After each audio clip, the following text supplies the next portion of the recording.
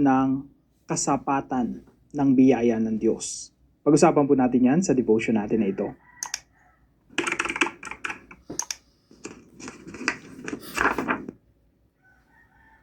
Magandang araw po sa bawat isa sa inyo. Welcome back to our 365 Daily Devotions, Bible Characters Edition. Binabati ko po muna ng happy birthday si Sister Leslie Atangan. So, hello po sa inyo. At ngayon po, ang topic po natin ay patungkol po kay Pharaoh. Confronting Pharaoh. Si Moses po, kinokompronta niya yung pinakamaapangyarihang tao sa buong mundo at that time. Isipin mong mabuti mga kapatid. Kaharap mo, pinakamaapangyarihang tao sa buong mundo. At yun po yung kinakausap ni Moses, kinokonfront niya. Hindi lang yung tao na yun, kundi yung mga gods, mga Diyos-Diyosan behind Pharaoh. Now, sa pag-aaralan po natin ito, pagdugtong-tungtungin lang natin, no? So, si Moses, pinanganak siya para maging deliverer. Noong 40 years old siya, pinatay niya yung isang Egyptian dahil doon tumakas siya sa Midian. Doon sa Midian, sa lugar na yun, nakapag-asawa siya, nagkaroon siya ng mga anak. And then, nung 80 years old na siya, tinawag siya ng Diyos para bumalik sa Ehipto at palayain yung bayan ng Israel. So, isipin nyo na 80 years old, no, mga kapatid. Kaya nga nung nakaraan, sabi ko sa inyo, kung ikaw senior citizen na, 60 years old, 70 years old, it's not too late, may mission ka pa. The fact na buhay ka pa ngayon, may mission ang Diyos para sa iyo. Si Moses nga 80 years old nang tinawag ng Diyos para palayain ang bayan ng Israel mula sa pagkaalipin sa Ehipto.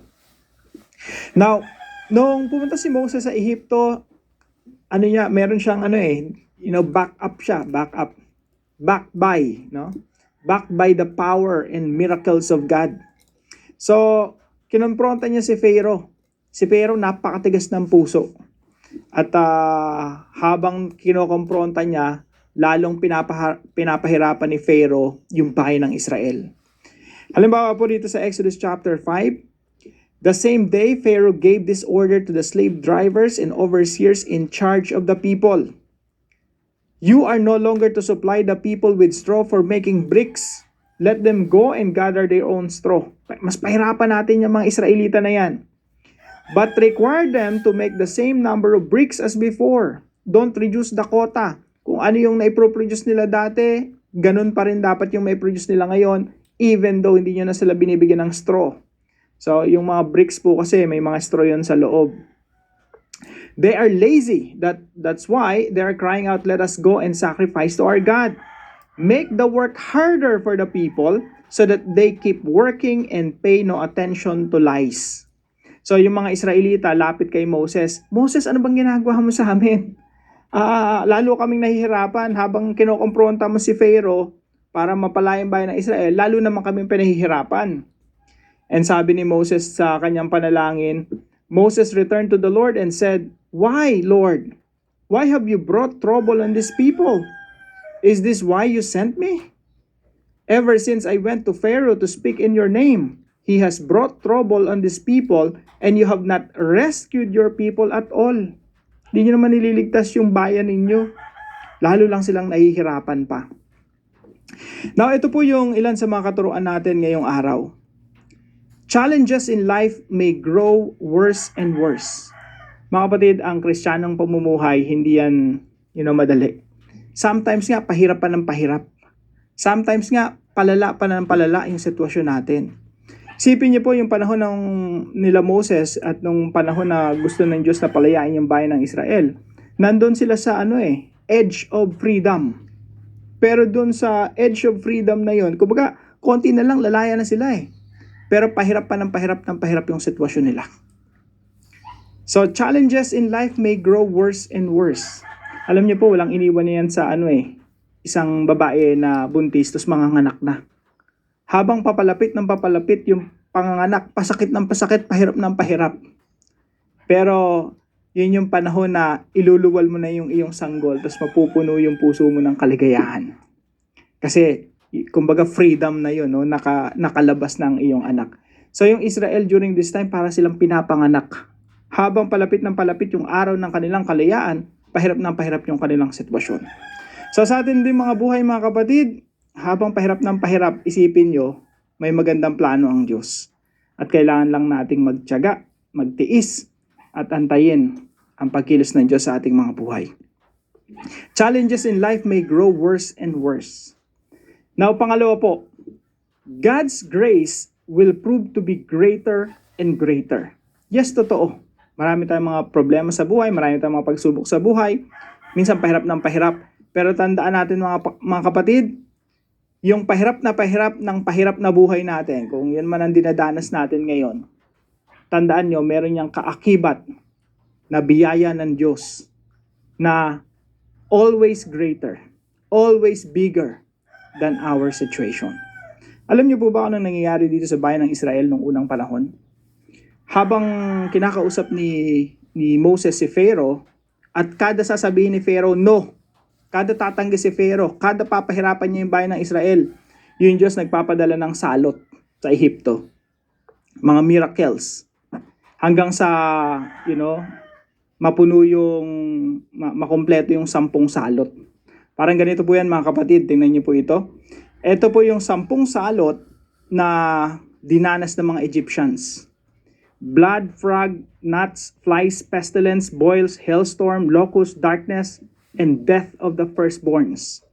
Now, bakit 10?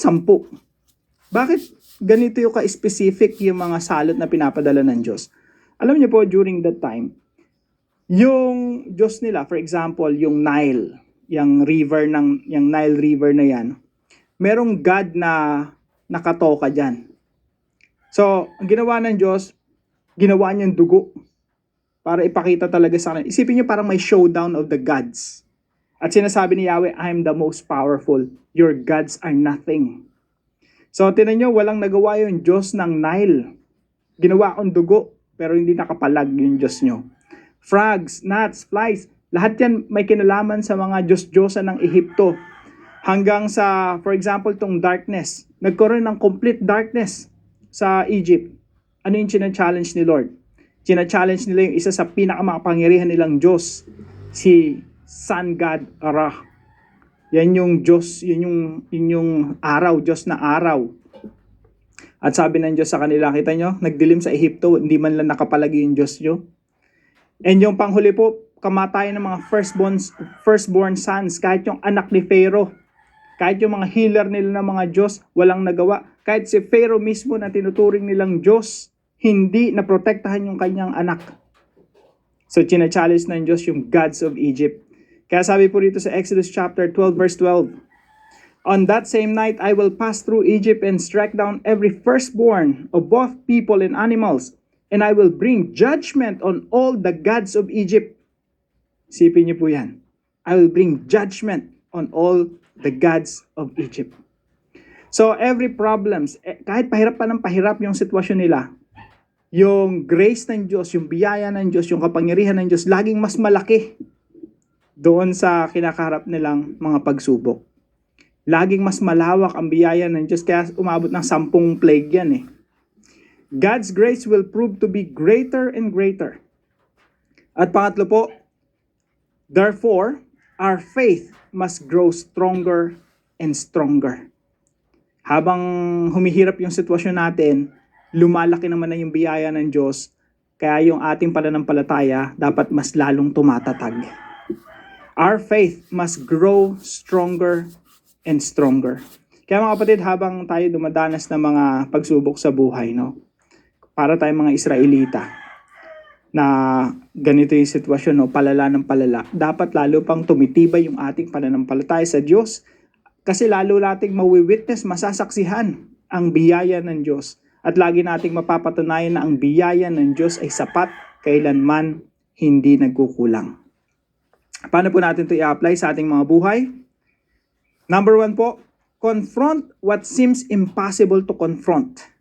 Si Moses, ang kinompronta niya, pinakamakapangyarihang tao during that time. Ngayon po kasi ang pinakamakapangyarihang tao, sila mga presidente ng Amerika, Russia, China. Isipin nyo, yun yung i-confront mo. Pero mga kapatid, yung kukomprontahin lang naman natin ay yung mga tao lang sa paligid natin. Huwag tayong masindak, no? Huwag tayong matakot. Komprontahin mo sila ng merong kalakasan ng Diyos. merong gabay ng Diyos. Kung kailangan i-confront, i-confront. Confront what seems impossible to confront. Hindi lang naman tao ang kino-confront, pati yung future natin. Pati yung mga problema natin sa buhay, kino-confront yan with the grace and power of God. Pangalawa po, rely on the sufficient grace of God. Magtiwala po tayo. Yung biyaya po ng Diyos ay sapat. Again, yung Diyos, siya yung may plano. Yung Diyos, siya yung may misyon. Tayo po, parte lang ng misyon ng Diyos. Kaya po, hindi tayo dapat umasa sa sarili nating lakas o sarili nating kakayanan. Umaasa talaga tayo sa biyaya ng Diyos. Kaya po yung buhay Kristiyano, mga kapatid, ito po ay living by the grace of God. Nabubuhay sa araw-araw na biyaya ng Diyos. Na nagtitiwala ka sa Diyos na, Lord, yung biyaya nyo sapat para sa akin araw-araw. Kaya kahit anong kaharapin ko na pagsubok sa buhay, alam ko, makakayanan ko yan, malalampasan ko yan. Hindi dahil malakas ako, hindi dahil magaling ako o madiskarte ako, hindi dahil mayaman ako, hindi dahil sa maraming tao tumutulong sa akin. No, wala lahat yun. You can face anything by the grace of God. Pangatlo po, trust in the unfailing faithfulness of God. Pagtiwalaan po natin yung katapatan ng Diyos na kailanman hindi nabibigo. Si Moses po, dumarating siya sa pagkakataon ng kanyang buhay na sinasabi niya, Panginoon, ano bang nangyayari sa buhay ko? Ano bang nangyayari sa mga bayan ng Israel? Lord, bakit ba ako yung sinugo niyo at pinili niyong gampanan ng ganitong klaseng posisyon? Maraming mga tanong, parang kayo, parang ako, maraming mga tanong sa buhay.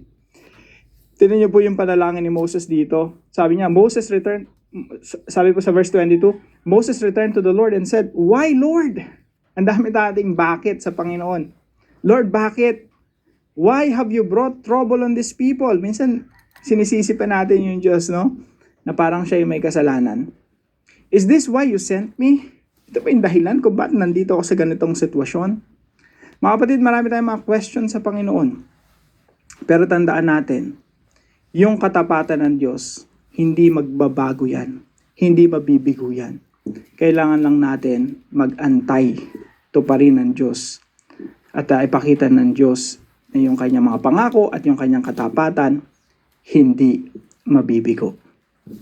Trust in the unfailing faithfulness of God. Remember, dito sa story ni Moses, yung Diyos yung may plano, yung Diyos yung may misyon, yung Diyos yung mayroong kagustuhang palayain ang bayan ng Israel mula sa pagkalipin sa Ehipto. Bakit sila Moses at yung bayan ng Israel magrereklamo at magtatanong pa sa Diyos na, Lord, bakit kami mas nahihirapan kaysa ngayon? Tandaan natin, mission ni Lord to. Kung sino yung may mission, sino yung may plano, siya rin yung gagawa at kikilos para pagtagumpayin yung kanyang mga plano. We just have to put our trust in Him. We just have to trust His faithfulness, His unfailing faithfulness. Para po sa ating discussion, I hope meron kayong mga kadiskusyon, no? Yung asawa mo, sabi mo patungkol dito, maganda nga sabay kayo nagde-devotion, no? So, pag-usapan natin, why should we trust that God's grace is always greater than our challenges? Again, sa panahon ni Moses, no? Bawat challenge, tinutumbasan ng Diyos ng miracle. So, ngayon po, pag-usapan natin, why should we trust that God's grace is always greater than our challenges? Para naman po sa ating dive deeper, pag-usapan natin ang mas malalim, no? What is sufficient grace? Ano ba ibig sabihin ng sufficiency? No? Kasapatan ng biyaya ng Diyos. Tayo po'y manalangin. Father God, sometimes I feel small when I see people with power and authority. I am afraid to speak up or do what is right. Thank you for showing me through Moses that you are greater than any ruler. Please give me courage to stand for your truth and care about justice the way you do. Help me trust that you are in control, even when others seem strong. I want my life to honor you and obey your word. In Jesus' name, Amen and Amen.